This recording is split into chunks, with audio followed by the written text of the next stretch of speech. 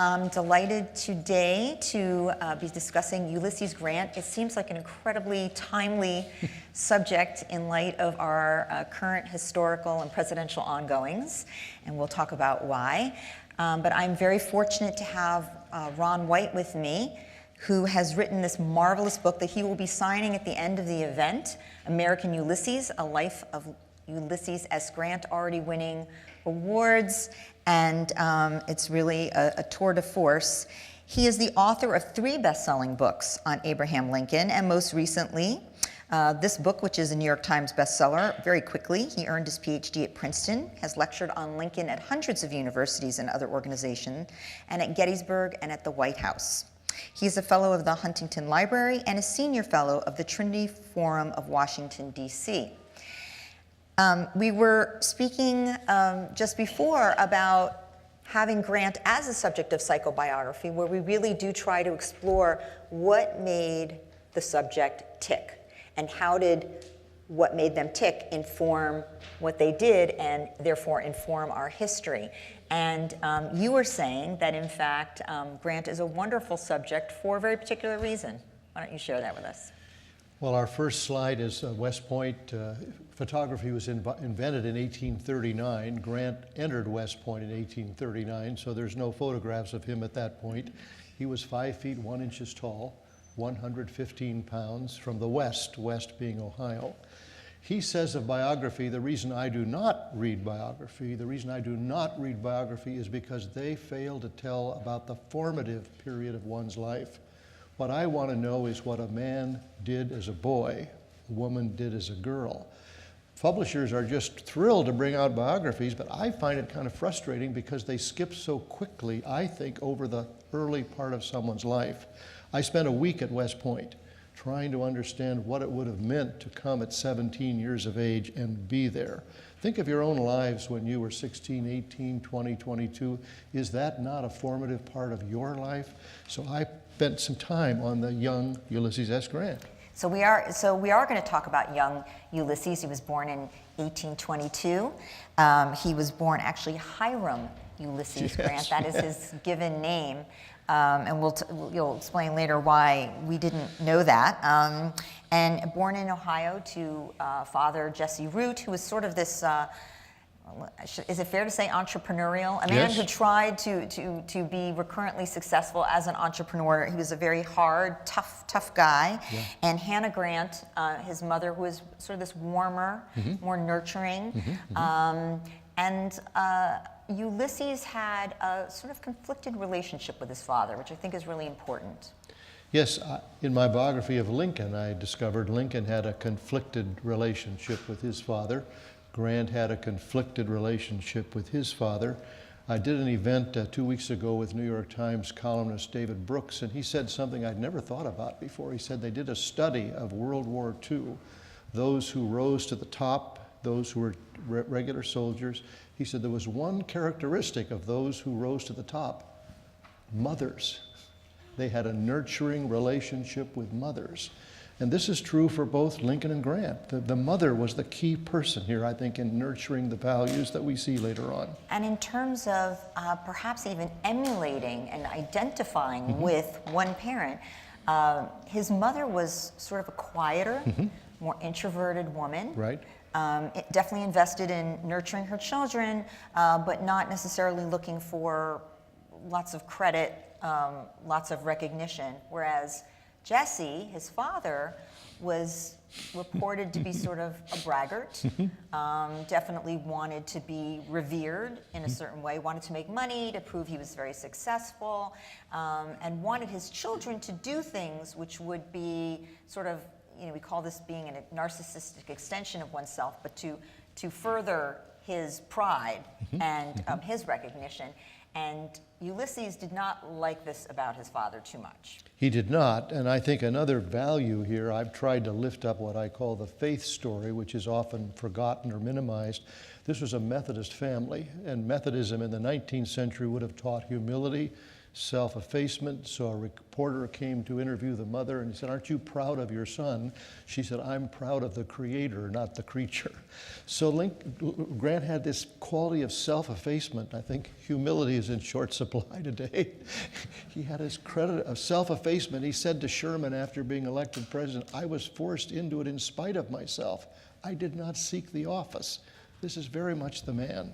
And it was even important to him as a boy. He was sort of repelled by his father's way of being.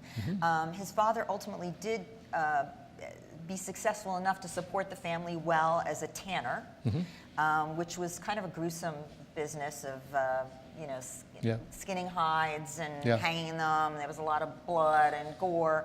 Apparently it's reported that Ulysses Grant could never eat his steak other than well done as a result of having... He didn't like blood. He had to, and his father would say, "Come in, do this, skin this, look at this." And he reported to his father, I really do. So he was sort of looking for, what else can I do to be helpful around here? He said, "Father, I'll do this until I'm 18, but after that I will no longer ever do this again." And there were two really, I think, formative and interesting things about his childhood vis-a-vis this that you see appear later. One is that his father was really an abolitionist. He was really anti-slavery at a time when very few people were. Grant doesn't seem to, in his early years, report that making an impact, and yet one must think about whether later that surfaced as being very important. The other is that he had a tremendous love of horses, and he was an incredible able rider, but he had a love of animals, which is sort of antithetical to skinning them and tanning them and so on. But tell us a little bit about his sort of the relationship with horses and his pride in his horse management, if you will. Well, I suggest that in our culture, love of horses doesn't really make any difference. We don't relate to horses day by day. Only a few of us do. But in his day, when people learned that he had this love of horses, people would send him their horses when he was 9 years old to begin to train. He was kind of an early horse whisperer. This sent out a message to others. A person who is good with horses is good with people. He was gentle, he was kind, and his reputation grew from this aspect of his life. And it was also a way he did get some quiet recognition, right? People would quietly say, "Oh, wow, this guy can ride anything, he can break anything," and that followed him to West Point ultimately. It was his father who asked the Congressman Hamer to gain admission for his son to West Point. That was not, one had to sort of have an in, if you will. Sure. And then so he's a teenage boy. He doesn't want to be a tanner. He doesn't know what he wants to be, right? How big a deal was that at that time? Well, I often suggest that this is a interesting point of view on the different relationship of parents and children in the 19th century and today. That Ulysses said to his father, "I don't want to do this, but if you think I should, I will." And the father was looking for a free education. It was one of only 2, maybe 3 engineering schools in the country. You didn't have any compulsory requirement to serve in the military after you graduated from West Point. This was the era of the railroads coming forward. There were big lucrative jobs to be held as engineers if you were a graduate of an engineering school. So he went with great trepidation only because his father thought he should. He wasn't sure he wanted to do this. It's also interesting that his father, Jesse, was actually fairly well read. He felt that education was important. He did. Yeah. Again, not a ubiquitous feeling. Right. He felt that to make your way in the world, you would be better off being an educated person. And he did a lot of reading with his children and reading himself. And so this idea that his son would go to West Point, that was important to him. As you said, Ulysses was not so sure, but he'd already said no to tanning and hiding things. And so he agreed to do this. And when he arrived, he found that they had signed up, or he was registered as a Ulysses S. Grant, Yes. not Hiram Ulysses Grant. He wasn't too happy about that, but they basically said, you can go home or you can register under this name. So The fascinating story. He was named Hiram Ulysses Grant, H-U-G, the man who fixed up his trunk for him and put in letters, hug, H-U-G. So I can't do that. He arrives and introduces himself, and he said, we don't have anybody registered by that name. Well, the congressman had got it all mixed up. He was rushing to get the appointment in. He remembered that Ulysses' mother's maiden name was Simpson, so he put it in as Hiram Simpson Grant. And the person said, as you suggested, Gail, you can either register under this name or you can't register at all. So he walks out into the courtyard, U.S. Grant. Ah, the boy said, Uncle Sam has arrived. William Sherman said this especially, and he became Sam Grant for the 4 years at West Point, Uncle Sam. What's so interesting is it does say something about his personality. So there was a certain, I mean, he basically was like, well, if I go home, my father's going to kill me, right? And so there was a certain sort of conflicted, he wasn't happy about it, but he was willing to passively accept it, Yes. which was kind of a part of his personality. Yes. He had a difficult time sort of asserting himself, this greatest general, but interpersonally, asserting himself was difficult. And he was willing to say, okay, they'll call me what they call me. There's a certain DNA of loyalty here, and I think he's also, as we will observe, he's a late bloomer in terms of there are qualities there that take a while for them to come to the surface. So he spent 4 years at West Point. As you said, he came in a boy, really a boy, and grew during that time quickly and became a young man. He did, they weren't supposed to read novels. Right. And they weren't, you know, so no reading for enjoyment, as it were. But he did a lot. Well, he finished only 21st out of 39, which early on in modern years said, well, this fellow maybe isn't too bright. In his memoirs, he said, I must apologize. Well, why did he apologize? He said, I spent most of my time reading novels. So when I spent my week at West Point, I said, well, why did he have to apologize? So they said, well, let's look at the library. What did it hold in those days? It held no novels.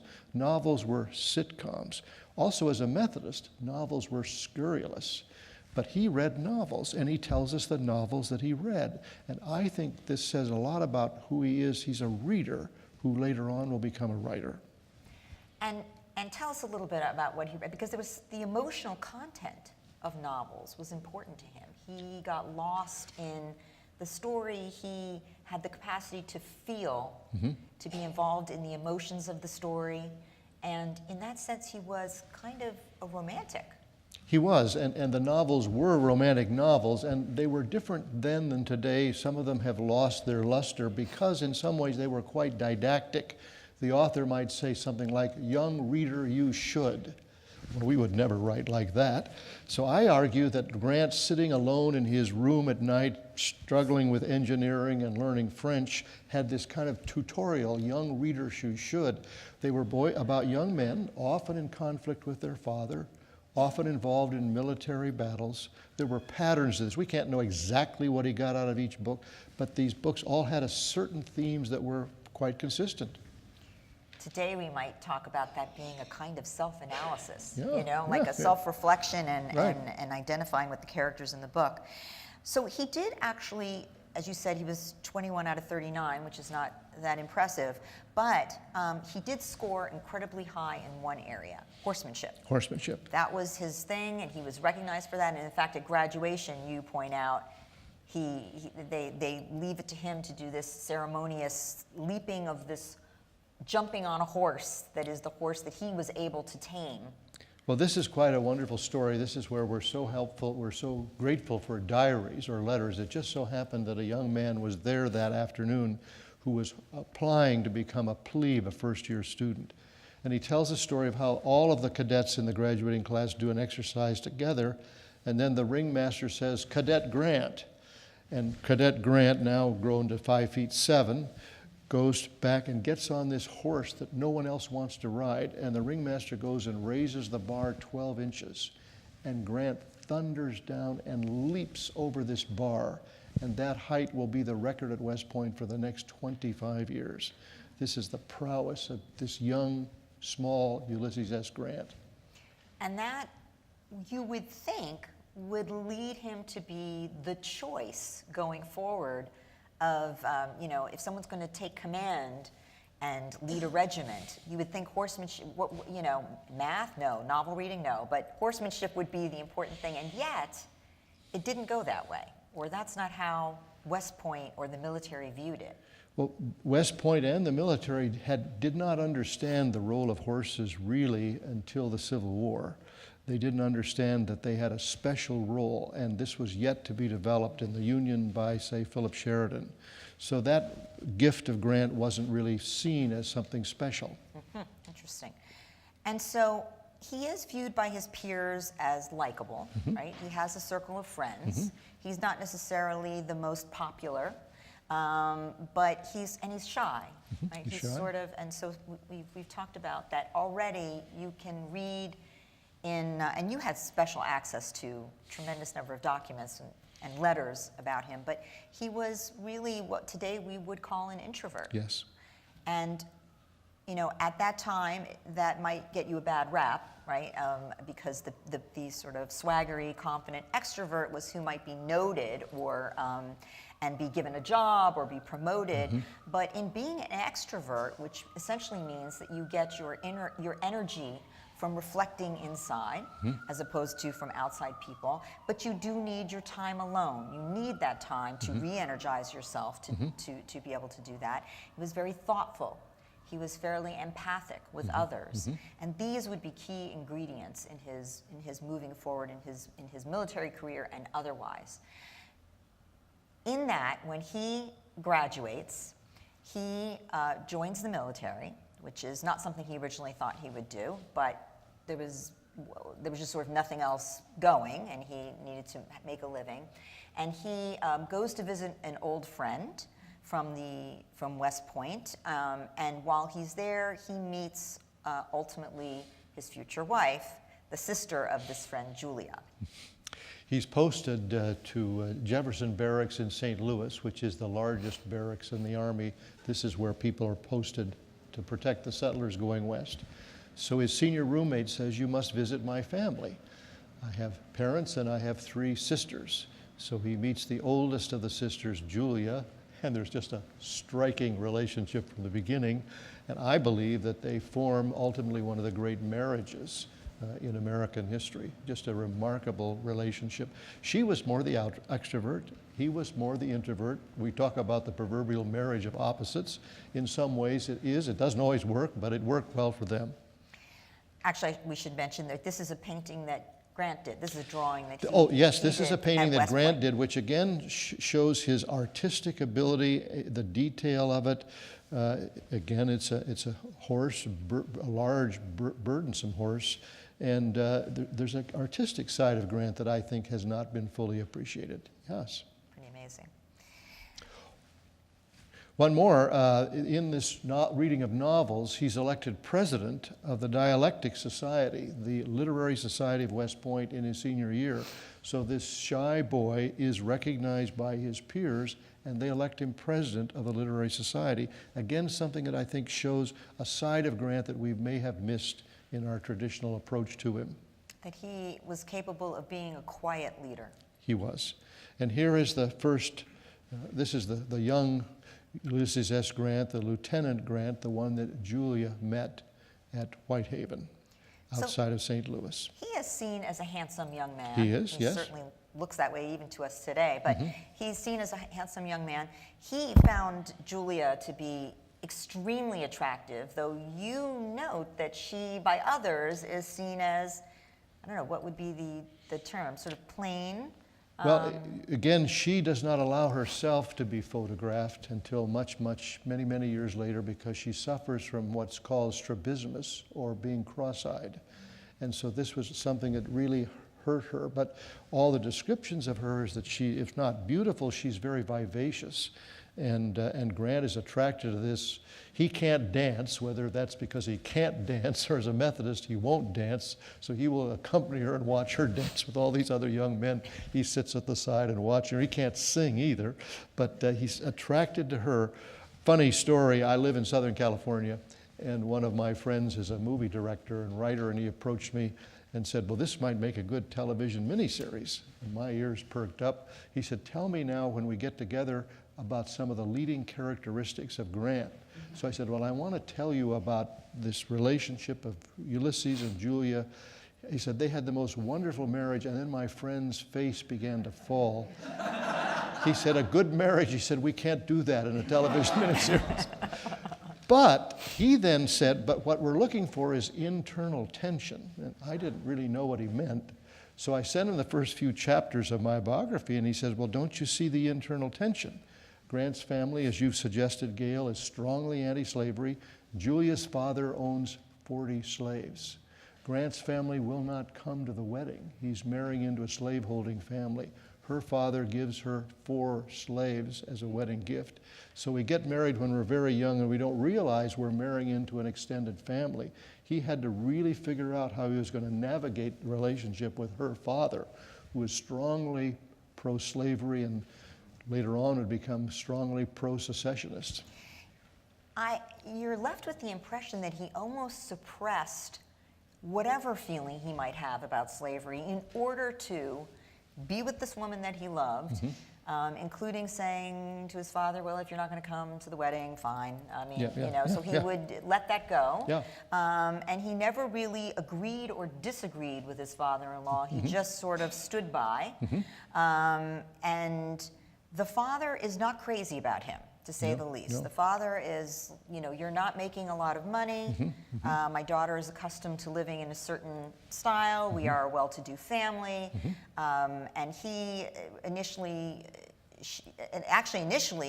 they have this secretive relationship. Grant asks her to marry. She says, I can't do that without my father's permission. He comes back and says, I must be with you. And she says, okay, but I don't know what we're going to do about my father. And he has to work hard. He does. Which is difficult for an introverted man who, around all this conflict, to do. And he just tries to convince the father that he will be a good husband. And he's pretty smart at one point. As he's in the war with Mexico, he will sometimes write 2 letters to Julia on the same day. One he knows is going to have to be read to the family, and hopefully the second letter will be read only by her. So he's trying to figure this thing out. They are engaged when he then does enter the Mexican-American War. And he desperately misses her, and he does send her these. Were you able to read the love letters too, or they both exist? They both exist. Yes, right. So you could see the contrast in these. So it's the cleaned-up version for Dad, or what is it? Well, the historian then now is looking for something of letters or diaries, and so Julia saved all of his letters. And as an introvert, he often did not express his feelings very much in public. He expressed his feelings to her. And that's how those letters are so valuable.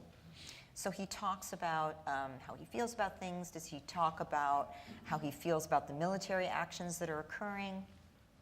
Well, I found it quite remarkable. Any of us who have traveled, I've been involved with sending young people to experiences outside of this country. Most of the soldiers who crossed the Rio Grande, they never really entered into Mexico. They were depreciating of the Mexicans. They saw nothing of beauty. Grant was the opposite. He saw beauty in Mexico. He wrote to Julia that Monterrey was the most beautiful city he'd ever met in his life, far more beautiful than St. Louis. He learned Spanish, and then it forced him to look back at his own country, not necessarily with appreciation. He will later say this was the most immoral war this nation has ever fought, and he should have resigned on the spot. The very idea of a large country attacking a small country. And he learned something about himself that begins to come to the surface in the war with Mexico. So he also learns and exerts a certain moral compass, which was not an easy thing to do in war. No. He is very disturbed by men behaving badly and taking advantage of the native people of wherever, but in this case of Mexico, and he empathizes with the people of Mexico, that this is really in some ways a terrible thing that the Americas are doing to them. And he handles that by not sort of turning his back on his military obligation, but trying to rein in the men, discipline and not allow them to. I mean, there were really horrible the atrocities that were going on. Essentially, men would go into town and rape women and steal. And he really tried to put an end to this. He did, and this again is a forerunner of the way he will behave later on in terms of his own, as you say, well, his own internal moral compass. This is what he wants to communicate to those around him. And it isn't just about being honorable per se as a show, but that it's important to him to think about what the others are feeling and act accordingly. So this is the beginning of that, but certainly something that follows him. And he writes about that to Julia as well. He does, yes. And he's lonely. He is lonely. When he's away from Julia, he falls sometimes into depression. He will later on fall into drinking, I believe. He misses her terribly, and she is so important in who he becomes. And that's a recurrent theme as well, that ultimately it is difficult for him to figure out how to do what he needs to do to support ultimately his family, but be with Julia. And these are often at odds with each other, and he is very torn. And as you said, he does have periods of depression. Many men in war had periods of depression or were so disturbed by what was going on or what they were saying that they did drink a lot. But this is the beginning of when we first start to hear about Grant's drinking, and something that will plague and follow him for the rest of his career. But you write that really it's not clear how much he really drank, how consistently he really drank. So could you talk a little bit about that? Well, I think there's a lot of conflicting evidence, and I tried to list all the evidence I could come to. Those who said he did a lot of drinking, those who said he did not, would describe particular scenes where drinking was everywhere in the 19th century, especially in the military, where he would turn down a request at dinner to have a particular drink. And so I've come to the conclusion that Grant was not an alcoholic, not a drunkard. Perhaps he didn't contain his liquor too well as a small man. And then when he's with Julia, he does not drink. And this is one of the reasons he wants Julia with him, so that he does not fall into this pattern. So the first time that he does drink, and he is found to be drunk and unable to perform his duties, he is reprimanded. It seems very public. It is noted, is written about. And it sounds like it is used periodically, politically, to attack him. Whether or not it's true starts to become irrelevant as much as once labeled, this becomes sort of his potential weakness and cited so by rivals who want to say he's not fit for a job. And that became very important. So he does go back. He does marry Julia. They ultimately have 4 children. His two boys and two. Is it two? 3 boys and 1 girl. And 1 girl. And but intermittently he has to keep leaving her with the babies. One time he brings her out to California with him. So she often comes to wherever the military action is happening or the military base. Was that unusual? I was surprised by this, especially in the Civil War, this tumultuous war, the violence of this war. He wants her with him. And so at one point, when he's become a great hero, she and he are given this beautiful home in Philadelphia. And he said, well, now you can live in this home. He said, no, she said, I want to live with you. So she lives with him at City Point in his headquarters. It's still there. It's this tiny, tiny little cabin. But she wants to be with him. And so this it's a is mutual longing to be together. I was so surprised that they spent so much time together in the midst of the Civil War. So before that, when the Mexican-American War is over, he really doesn't want to continue being in the military because he wants to be with his family, and he tries to make a living very poorly. He is not a born entrepreneur, and he struggles with many jobs, sort of failing at jobs. He tries to make a home for his family. He builds a home. He seems to keep appearing to be sort of a failure in his father-in-law's eyes. Living in the brother's home for a while, then he's given a piece of land by his father-in-law. He erects a cabin of sorts. They call it hard scrabble, Hardscrabble. to be a little ironic about how difficult it was to even get there. But he's really not able to make money, and ultimately goes back to his father and says, can I work in the shop, essentially? And he works with his brothers, and it's okay. He's not being a tremendous success. Is the drinking an issue during this period of time for him? Not so much. I mean, you've described it well. Sometimes I would modify it a bit by saying sometimes the circumstances didn't help. He's a farmer in the midst of the Depression of 1857, when farming is difficult. He's reduced sometimes to selling wood on the streets of St. Louis. He goes into the real estate business where he's supposed to collect rents from people, and Julia says he can't collect rent. Someone says, I'm sorry, I can't pay this month. And he'll say, that's fine, you can pay next month. So he's not like his father in that sense. And then he serves underneath his younger brothers, finally moving to Galena, Illinois, in far northwest Illinois, a year before the Civil War breaks out. So what's fascinating and so hard to understand as we enter the Civil War is here is this man who is really quite empathic, quite concerned even about his, quote, enemies' well-being and being treated right, and can't stand to be seeing animal hides with dripping blood. And yet he really enters into the Civil War as one of the fiercest of generals.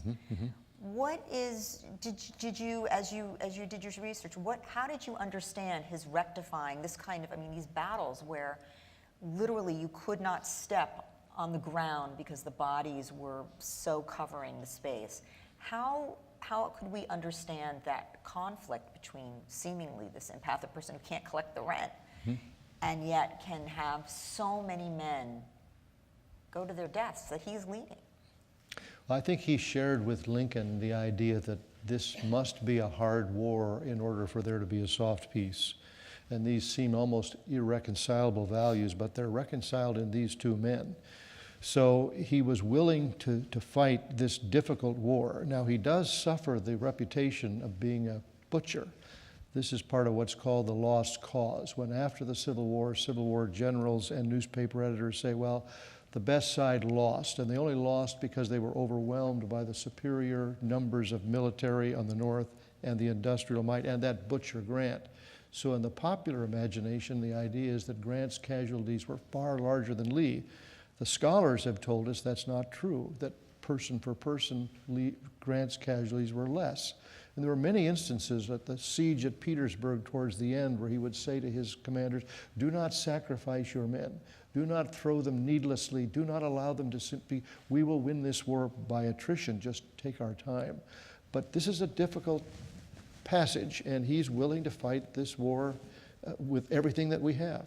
So one piece of it I always find fascinating when we talk about historical figures is how true the statement, history is but lies agreed upon, that there are political campaigns going on, and that people are trying to paint history as they would like it to be, depending on which side they were on, and that this often is what we've digested without going back and looking at the numbers or the documents or so on. This was hard scrabble, as we mentioned, the house that he built with his hands and with his family. This is an interesting document. At this low point, if you look at the date, December 23rd, 1857, Grant is at a very, very low point economically. And on this day, he walks into St. Louis and he pawns his most precious possession, a gold watch, that he'd be able to buy Julia a Christmas present. I found this at the Abraham Lincoln Presidential Library in Springfield. And here's the iconic general. I love this photograph of Grant. Nothing presumptuous about him. He's not a big personality. This is simply his photograph, but I think it captures the visage of this man. So people seem to be endlessly fascinated that they could walk in looking for the general and miss him, because he was very unassuming. He didn't dress like the general. He didn't dress the part. He wasn't this is my station with everybody around me. He tended to like to be off on his own, thinking, or amongst the men, but blending in with the men. Well, when he arrived to take command early on, and it's not Cairo, Illinois, it's Cairo, Illinois, he was actually dressed in civilian clothing. And so there was a man in charge, and he walked up thinking he would be in charge, and the man didn't recognize Grant. So Grant's aide had to send him a note and say, by the way, this is Ulysses S. Grant. He's now in charge, and you're not. But Grant, often when he had his military uniform on, he would wear a private's uniform. Typically, he wore a private uniform. We're used to generals today with all this stuff on their chests. He didn't do any of that. He wore a private uniform. So in his letters, it seems that he is proud and happy when he gets the awarded sort of the next level of command or more men, the status symbols, essentially, if you are a military man. It's not that he didn't like that, right, but that being personally showy was really repugnant right to him. And the men really responded to this. They did. So they in some ways were more respectful, more willing to do whatever he said needed to be done, to follow his command in a real way, because they truly had admiration. And part of that was his humility. And also, after many, many battles, he would write these orders out to the men, thanking them, giving them the credit. He was very, very good at giving other people the credit. He didn't need the credit for himself. What a wonderful quality I found in him, giving the credit to others. So at this point, he is so immersed in what's going on. Though he misses Julia, he doesn't want her in danger. So we don't hear as much during this period of what is going on in that regard. Every time there's a question of who should take on the next, hundreds of thousands or tens of thousands of men, the question of, is he fit? Is he drinking? Comes up. It seemed to me that this was often a political maneuver. Oh, yeah. And would you support that? Is that, yes? Oh, I would. There's a wonderful story. True or not, it's a great story that Lincoln liked to meet his generals. He either went out to meet them or had them come to the White House. He couldn't meet Grant. Grant's way out, quote unquote, west. But the story comes to Lincoln that Grant is drinking. Well, Lincoln, who's a teetotaler, says, well, let's find out what he is drinking and let's give it to the other generals. Lincoln saw through this whole ruse. This is something of his enemies trying to get at him. Lincoln's not worried about this. So it wasn't believed at the levels that it was Right, important to right, believe. And right. he obviously was proving so by having success after success, which leads to the question of Grant as a strategist. He really thought a lot about, it wasn't just let's go in and do this in numbers. This was how can we strategically be smart, surprise, win not losing the biggest numbers. Yeah.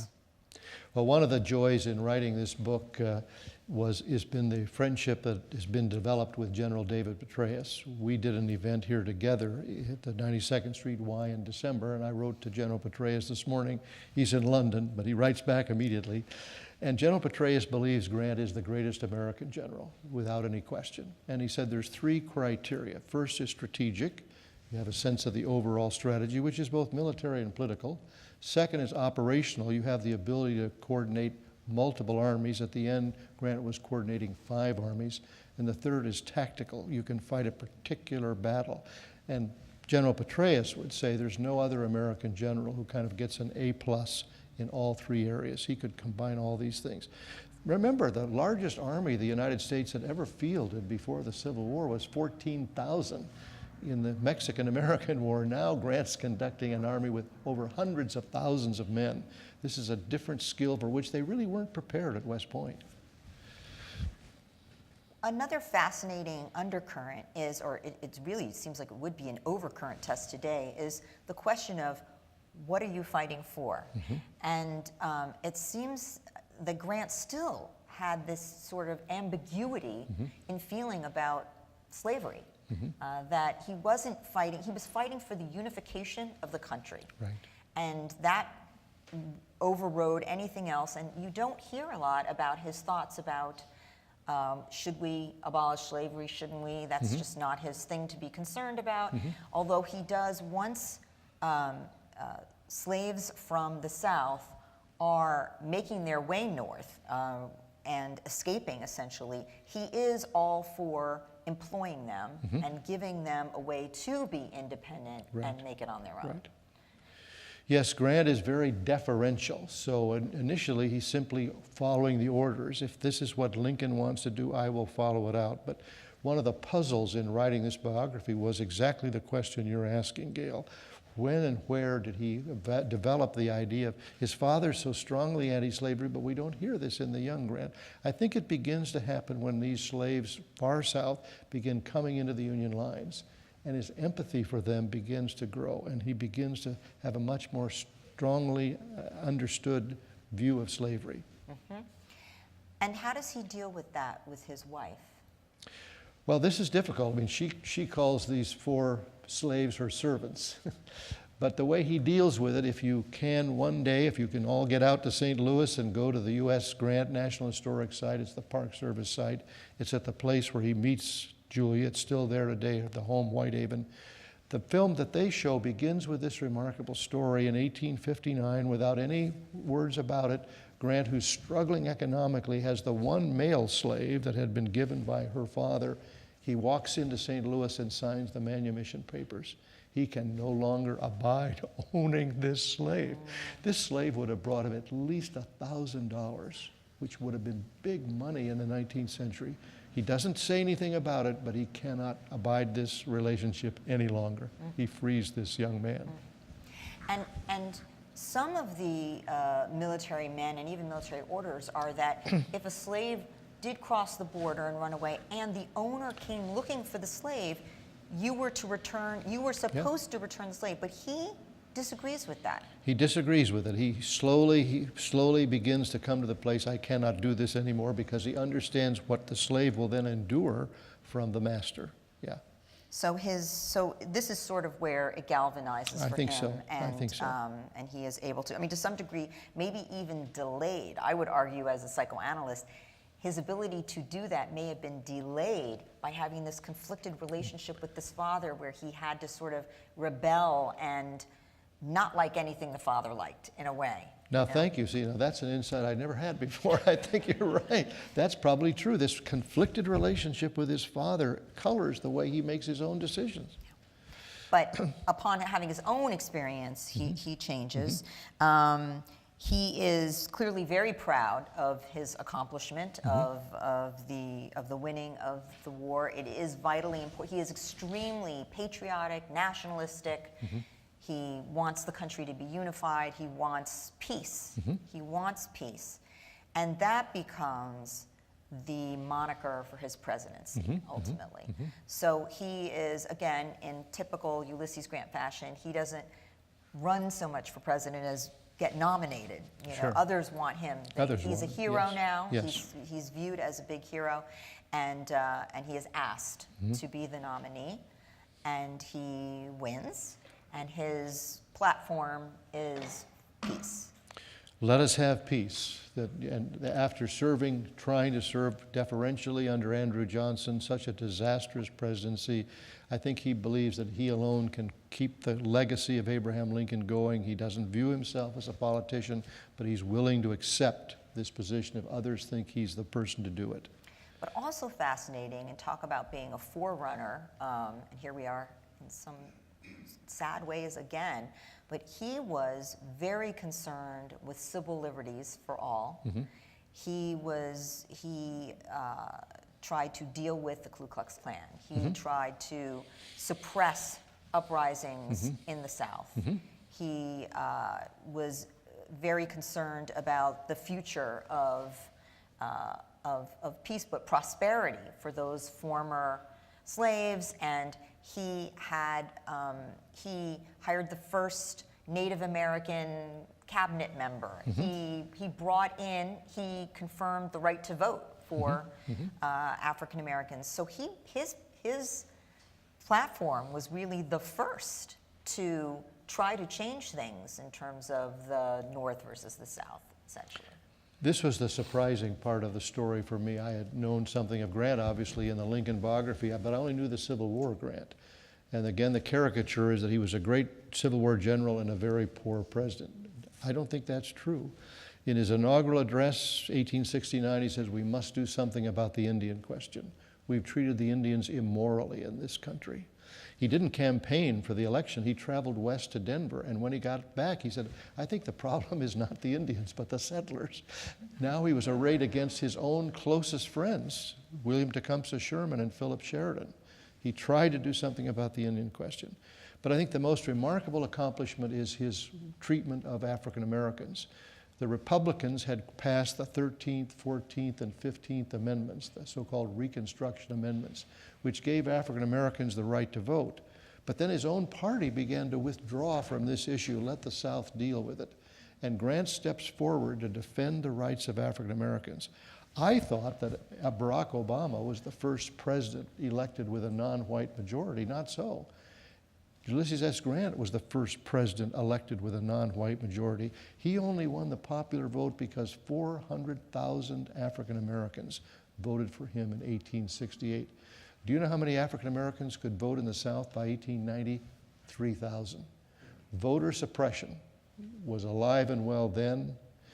The voter suppression was perpetrated by the Ku Klux Klan, sometimes in alliance with the Democratic Party. And when these Klan members were elected or prosecuted, they would be sent to a local or state court, but they were never convicted.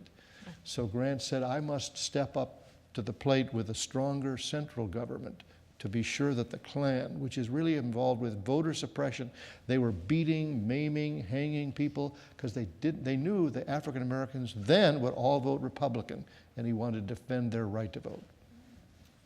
Fascinating. And yet, during his presidency, really, he has this terrible reputation for having corruption in his cabinet and corruption in his administration that he somehow was part of. Could you talk about, because it seems that that really was a very unfair assumption. Well, during his second term, and remember, he was the only person elected to 2 consecutive terms from Abraham Lincoln to Woodrow Wilson, a series of scandals break out. And one of the most difficult pieces of the puzzle for me in trying to write this biography is, well, how do you understand this? I don't know that I fully ever came to the right conclusion, but was loyalty the problem? He just was so loyal to people. Did he not understand what people were doing? Some of the cabinet members, especially then more than now, they were elected because they were from New England or they were this or that. He didn't know them in the same way he knew the members of his military cabinet, so to speak. Did he not like confrontation? Sometimes maybe people who are introverts don't like confrontation. So when he heard this, he couldn't confront this. This is part of his record. But what I was surprised at, Gail, was that even after 2 terms, he could have easily been elected a 3rd time. This did not diminish the personal popularity by which Americans held him. They didn't just appreciate this man, they had a deep affection for him. They saw the scandals, they said, "You should have been paying more attention," but he was still very popular. Because at the same time, people wanted peace. He maintained the importance of that.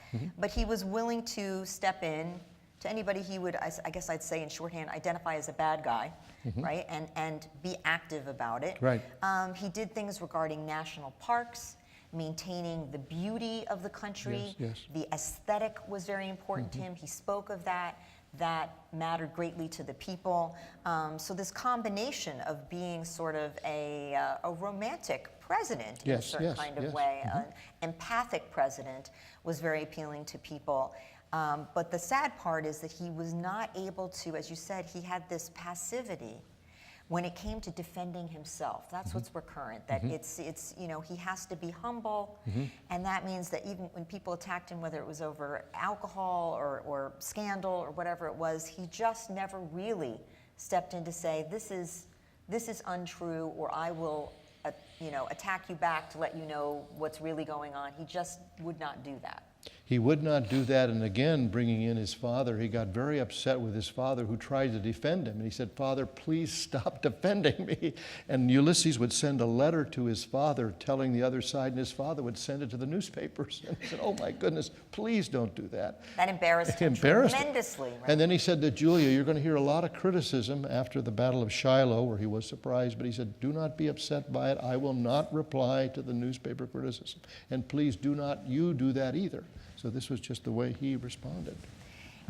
I also wanted to say he was really, in many ways, a remarkable father himself. He was. He adored his children. He got down and played with them. He read to them all the time. They talked of their memories of being read to. He wanted them to do or be what they wanted to be. And so, you know, that was his family, not just his wife, his family was very important. And being a father, not like his own father, was very important to him. But similarly, being a father of this country was also, he had a certain paternal, caretaking way about him, and that was very important. Something that I think, especially a post-war time, is very important to a public, to feel that there is an authority figure who is paternal and caretaking. So that was also an important part of his legacy. As you said, he could have run a third time. He chose to step back at that point. He did not wish to run a third time. And he would embark on a 2.5-year European tour to talk about the important issues that were going on in the United States. We're going to continue to the end of his life, but I want to see if there are any audience questions at this juncture. We're talking about formative influences in Ulysses S. Grant's life, and I do wonder, given his ambivalent relationship with his father and all the other factors at play, how do you understand what was the source of his strength of conviction, his courage of conviction to follow through with his vision and live to it when there are so many competing forces encouraging him to change? He was under lots of pressure, but he held to a vision for himself and his vision of the war, a vision for his life. Where does that come from? It's a very good question. Thank you. As we suggested earlier, the vision came more from his mother than his father. Her values of humility and self-effacement. I think the undiscovered value was the Methodism as a part of his faith. This gave him a kind of center for his faith. The literature that he read often gave him these kind of values. So he talked about what he called moral courage. That it's one thing to have physical courage. You want a soldier to have physical courage, but he thought moral courage was much more important than physical courage. And so he had this moral center that he would do what was right regardless of what other people wanted to do. In psychoanalytic lingo, you would say he had a very strong superego. He really, he had this vision actually from a fairly young age of what was right. And his father talked more about what was right for him, you know. But that is something that, you know, it doesn't necessarily have to come from a parent. You can develop that actually in a certain environment, even without. But that was something that his mother was very big on. You expound upon the humanistic nature of Grant's empathy for animals, for slaves, for Mexicans. How do you rationalize the fact that he exiled the Jews out of Richmond? What was his rationale for that? Thank you for that question. The question is referring to the Order Number 11 of 1862. Grant, the question was about how do you reconcile the fact that Grant offered this order against the Jews, which he did in 1862. Grant was very upset with the people in Washington, Salmon Chase, the director of the Secretary of the Treasury, for allowing trading to go on, which he felt was enabling the Confederacy to continue. And we had to cut off this trading. So as he looked at the traders, some of the most successful traders were Jewish. What was again involved was his father. His father had been hired by a Jewish company in Cincinnati and was in Mississippi trading. And he was so angry at his father for doing this. So he offers this order expelling the Jews who are traders. Well, Abraham Lincoln got wind of this order and canceled it. Julia would call it later on this awful order. Our finest American Jewish historian has written a wonderful book called When Grant Expelled the Jews. I think one of the qualities of leadership is, can a person who makes mistakes learn from their mistakes? This author says that Grant learned from his mistakes. he became incredibly repentant over what he had done to Jews. He then went on to appoint more Jews in his administration, reaching out to the Jewish community, attending the first dedication of the first Jewish synagogue in Washington. So Grant learned from this terrible mistake and made amends for it the whole rest of his life. His father was often trying to use his son Right. to make money. You know, Grant was often involved in supply chain, what we would call supply chain today. And his father would try to use his name without consulting him, and his anger, that was, yeah. When did his father-in-law die? Did he last the Civil War? His father Long. lived quite a few years after the Civil War, and interestingly, the father-in-law, who had been so suspect of his son-in-law, ended his years living in the White House, terribly proud of his son-in-law, who was now the President of the United States. Yes. Yes. Did he know Lee at West Point? And if he did, what was he feeling about him? Good question. Did he know Lee at West Point? They were kind of a generation, maybe a half a generation apart. Lee graduated, I think it was 1828. Maybe Grant graduated in 1843. Lee was the superstar, the only person from West Point never to earn a demerit. Lee had been a hero of Grant. He had been the one who had gone to Harper's Ferry when John Brown attacked it. Lee was a superstar in the Mexican-American War. So when they finally got together at Appomattox, Grant went on and on about how he knew Lee and this, that, and the other. And Lee says to Grant, "I'm sorry, I don't think I've never met you before." So they were of a different generation. Yeah, yeah. I can't remember what battle it was, but it was during the Civil War when there was a big stalemate and the Union Army was losing. The general refused to move. He was just writing letters saying that he was winning, and I don't remember what general that was, but Lincoln at that point was so angry, he got Ulysses to step in and do something, move forward, and immediately his armies went and succeeded. What was it in Ulysses' character that made him go forward so strongly, at that certain point? Thank you. Well, Lincoln had trouble with many of his generals, George McClellan especially, who was a young Napoleon, handsome guy who could train. But these other generals were always complaining. They didn't have enough troops. The Confederacy was much larger than they actually were. He needed more supplies. And Lincoln loved Grant because he never complained. He never said, "I need more of this." He just went forward. And Grant and Lincoln were both what he called Western men. There was also no arrogance, no pretentiousness about him. He just fought. And Lincoln once was asked by someone who wanted to get rid of Grant, and he said, "I can't spare the man, quote, he fights, he fights." And and General Petraeus would say that actually Grant's determination, General Petraeus said, "I read Grant in preparing for the surge in Iraq. And I talked to my generals in Iraq about Grant. We have a lot of difficulty in Iraq," but he said, "I reminded them of Grant's determination, and we needed to have that same determination if we were going to be successful." I had gone to a lecture on, I forget the author's name, it was on Herbert Hoover, and saying that he was one of the worst presidents, but he wrote this book sort of revising that opinion of him, and he had a few talking points about why he felt, Hoover kind of got a bad rap with his presidency. When you went to write this book on Grant, did you sort of have a list in your head of where do I need to revise Grant's opinion that people don't really think of him as a good president when in fact now we're seeing he was an excellent president? That's a very, very good question. I think one has to be very careful if one comes with a pre-digested opinion. I didn't really have any opinion. I didn't know about Grant's presidency, so I didn't come by saying, "I will do this." I just began to read the documents and began to read what was really happening and said, "I don't think this is an accurate portrayal at all." And so that's how this came to be. I didn't know all of this about the American Indian or about the African American freedmen. I just discovered this.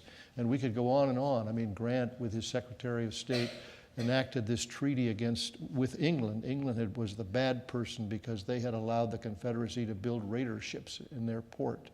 But this treaty and the international negotiation that took place in Geneva set a platform by which first international negotiation, but then secondly, England would become our major ally going forward. This all took place in the Grant administration, and I just felt it had not been given the credit that was due. Two other aspects of Grant's life I wanted to comment on. One, he died of cancer, I believe. Oh, yeah. The Yes. tongue or the throat. Wait, we'll go. Yeah. And whether that was due to the drinking or did he smoke cigars, I think. Yeah. I'm not quite Wait, sure. well- The other aspect was he was probably the only president that was on the verge of bankruptcy at the end of his Okay. life. And I think he wrote a memoir to Yeah. be able to get out of that bankruptcy. But this might be So we're gonna go. As soon as we're done with the questions, we're gonna go to the end of his life. So we will cover those. Are there any? Okay. Thank you. Sorry about that. I just wanted to draw you out a little bit about his relationship with the Secretary of War, Stanton, particularly during the Johnson years, because there's been some kind of historical debate over whether he kind of threw Stanton under the bus at the end of his term as Secretary of War when there was all this very delicate political balancing going on with Johnson. The question is about Grant's relationship with Secretary of War Stanton. Stanton was a terribly talented and terribly difficult person to relate to. He drove people crazy with his kind of attitude. And Grant struggled with Stanton in that attitude. And at one point, the President, Johnson, wanted to get rid of Stanton and did get rid of him and appointed Grant Secretary of War. And Grant, why did he accept the position? Well, he could have appointed someone much worse, and he told Stanton that to his effect. And so they ultimately had a relationship where Grant was going to appoint him to the Supreme Court. And Grant, out of respect for who he was, Stanton died before that appointment could be finally rationalized.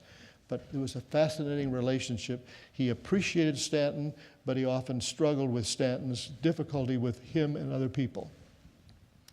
So after he left the presidency, he moved to New York to be closer to his children, to be close with his family, and then they did this European tour, which they considered to be very successful.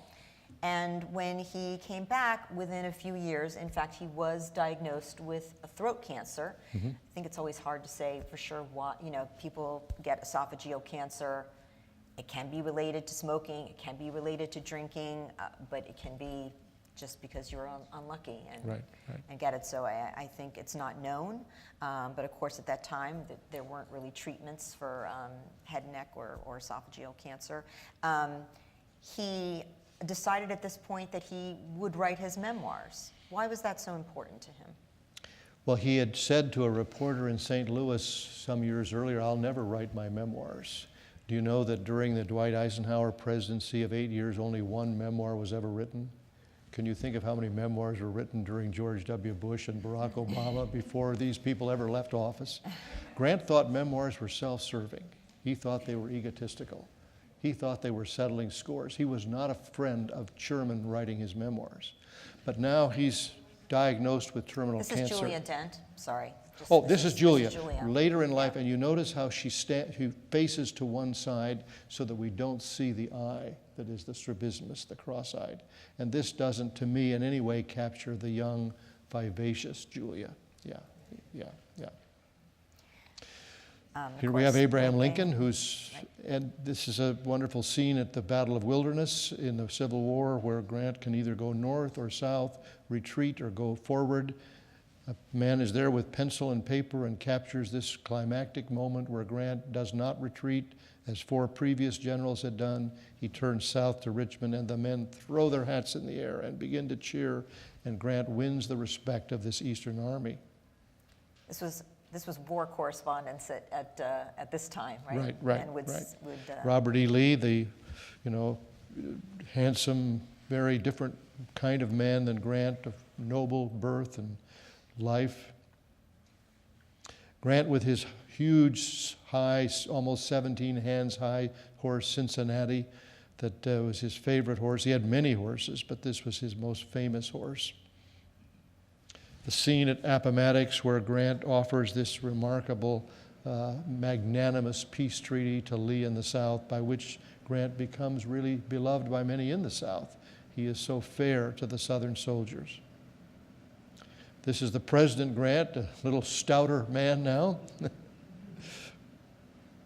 The campaign slogan, I love it. Look at the references at the bottom. They were Corporal Simon Bolivar Buckner, Robert E. Lee, and Pemberton, who he defeated at Vicksburg. These are the recommenders, the three generals he's defeated. The sense of humor. Here he's greeting the Indians. Sherman was appalled that he would invite these Native Americans to the White House. He said they represent two nations. And so he invited the two men who were both rivals of each other to the White House with great respect for who they were. This is a Thomas Nast cartoon. Nast was the father of what we call political cartoons. If you look very, very carefully at the top, it says worse than slavery. This is what's happening with the Ku Klux Klan. A Ku Klux Klaner on the right is shaking hands with a white leaguer on the left, and underneath is a parent's mother and father cradling either a dead or dying infant. Grant is on his world tour, and he's speaking in England, and thousands and thousands and thousands of working men come to hear him. He is the emblem and the embodiment of American freedom. He took the tour just as a personal citizen, but he arrives and suddenly he's this great hero, which takes him by surprise. Now he's writing his memoirs. So he decides to write his memoirs. There are no presidential pensions until the 20th century. How will he support Julia? He accepts a contract to write his memoirs. The Century magazine will offer him $10,000. When Mark Twain hears about this, he rushes over to Grant's house. He said, $10,000? He said, that's what they'd pay an unknown Comanche to write his memoirs. Twain calls himself Grant intoxicated. He loves Grant. He said, what are they offering you, a 10% royalty? I'll offer you 70% of the net proceeds of this book. It will sell 300,000 copies. Grant finishes his memoirs 3 days before he dies, and it will earn $450,000 for Julia. In response to your question, sir, Grant, without a pension, his son Buck goes into a Wall Street firm, and Grant gives his son his money to invest. Seems to be going well, but neither realize the young partner is involved in a Ponzi scheme. He will be sent to prison. And in one day, Grant walks home to Julia with $81 to his name. He has nothing. And that's why he will then write his memoirs. So it's fascinating, really. They were set. Yes. And it's not that the son knew that The son did not know. Ferdinand Ward would turn out Ferdinand to be Ward, such right. he's sort of an infamous criminal. Really, Yes. He took many people's money, and so people tend to think, oh, he was a drinker and he lost all their money because he was a drinker, and that's really not. Well, many smart New York people gave their money to Ferdinand Ward as they did to Bernie Madoff. It wasn't that Grant was foolish or silly or naive. He just did what other people did, but this man was a crook. So is he partially motivated to write his memoir to provide some sort of monies for his family to survive when he's gone? And the Century magazine had initially approached him to write 4 articles on Shiloh, Vicksburg, Chattanooga, the wilderness. And Grant doesn't quite see that he is this great writer. And when he writes these articles, people say, this is really quite good, And then Twain encourages me, I think you have an ability that you don't fully, again, Grant doesn't fully see in himself the ability that he has. So this is really a rare window into the man that his own that his autobiography exists. It's so curious that we don't. It's sort of historically not read. Well, I've been surprised though it is.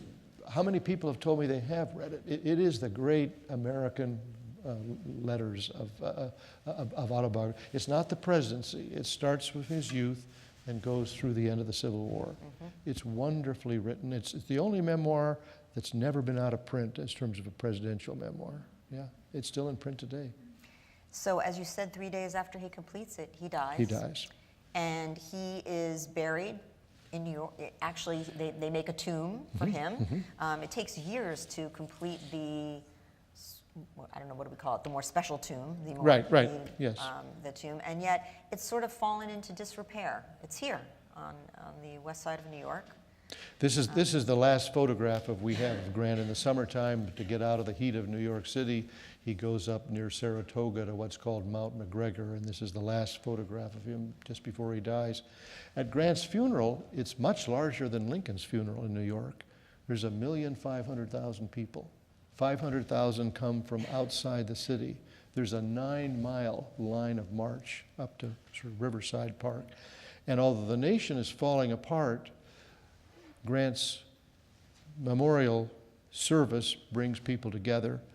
The leading carriage contains the 4 generals still alive, who were the greatest generals in America, the 2 Union generals, Sherman and Sheridan, the 2 Confederate generals, Buckner and Joseph Johnson. Robert E. Lee has died. This is a remarkable tribute of the whole nation to Grant. Something that would have greatly surprised him. It would have surprised him, yeah. A man of great humility who probably couldn't get elected today. But really, in retrospect, quite an amazing president. So if you have the chance to see his tomb on the west side, And right? actually, it's not, it did fall into disrepair, but then now in recent years, through a young man, then Frank Scaturo, they've now founded and formed the Grant Monument Association, and the tomb is doing well, and there's a whole group of people supporting it and putting on programs there. So the decision, where should it be, you know, this is the 2 volumes of the memoirs. The son decided, Frederick, the oldest son, decided to put it in New York. Most monuments today, of course, are in Washington. So people don't necessarily think of coming to New York and going to see Grant, but it's a wonderful That's where place his to see. family was. That's where his family And was. at the end Yeah, of the day, yeah, that right. was the most important thing. And that's where to Julia understand. is buried also. Yeah. Thank you so much, Thank Ron you. White. Thank you. Thank you.